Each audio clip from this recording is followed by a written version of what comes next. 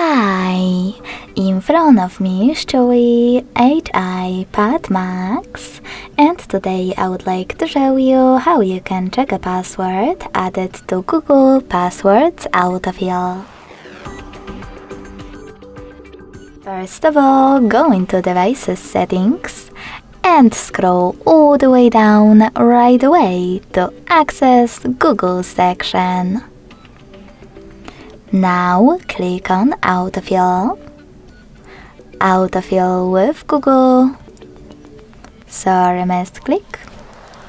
And Google Password Manager. To check one of your added passwords, you need to click on the chosen one. Enter your current login method.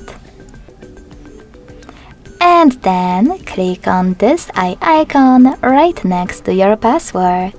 This way you will make it visible. Thanks so much for watching. If you enjoyed this video, don't forget to leave a like, comment and subscribe. Bye!